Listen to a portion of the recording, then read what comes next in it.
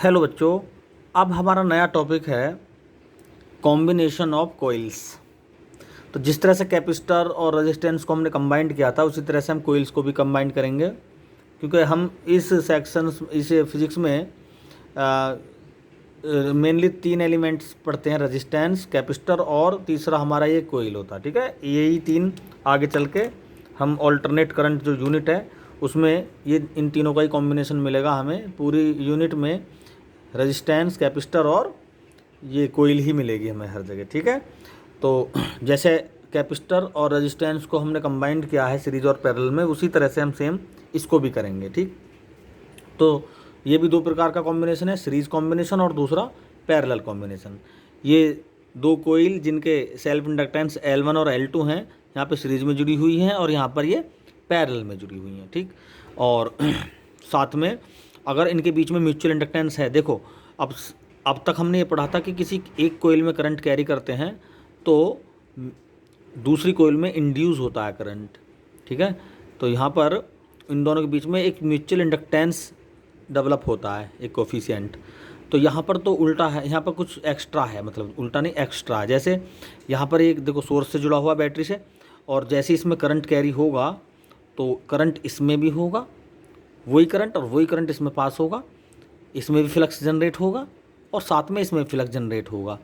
इसका फ्लक्स इसमें जाएगा और इसका फ्लक्स इसमें जाएगा, तो इसका मतलब दोनों ही कोइल्स के लिए म्यूचुअल इंडक्टेंस यहाँ पर होगा जो M1 और M2 है। सेम कंडीशन इसमें होगी, यहाँ से सोर्स से जुड़ा हुआ है V वोल्ट की बैटरी से, करंट I, यहाँ पर करंट बढ़ जाएगा दोनों का, यहाँ पर I1 और यहाँ पर I2।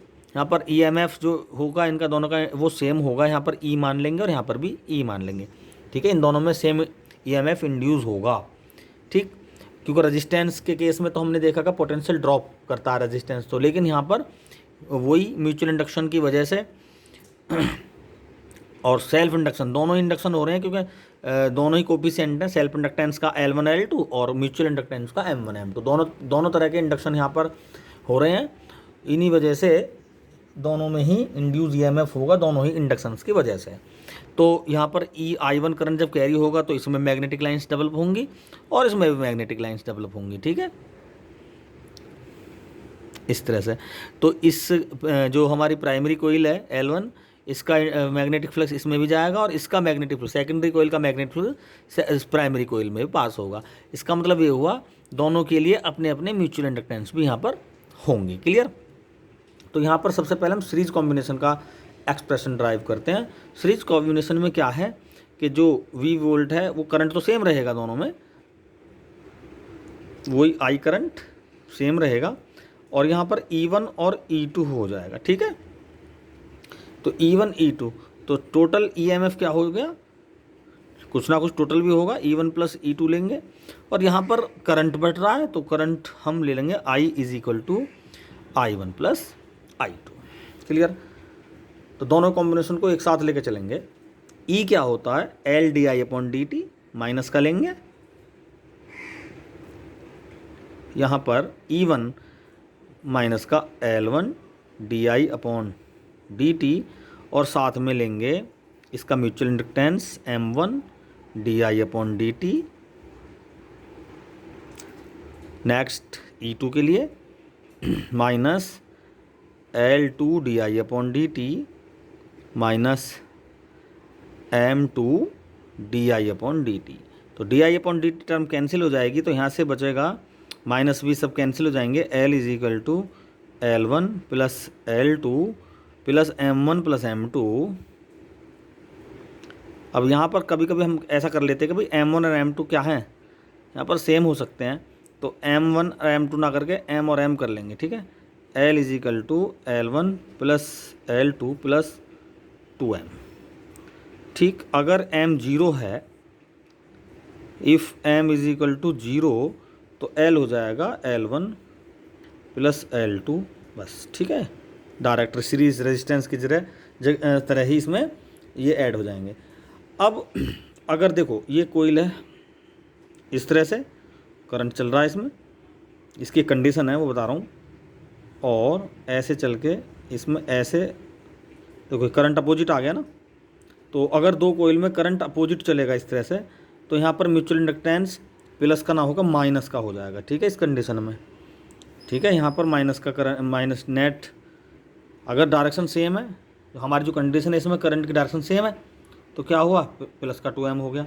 अगर यहाँ पर करंट की डायरेक्शन अपोजिट हो जाए तो फिर यहाँ माइनस लगाएंगे, ठीक। अब देखते हैं इसी तरह से सेम पैरेलल कॉम्बिनेशन को।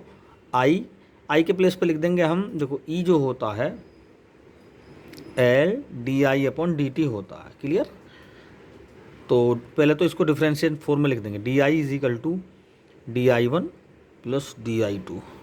तो यहाँ से DI की वैल्यू देखते हैं क्या होता है, Edt/L हो रहा है, Edt/L, और यहाँ पर Edt/L1, ये माइनस के यहाँ से भी, लेकिन माइनस चूँकि सब में ही लगना है तो ये कैंसिल हो जाएगा।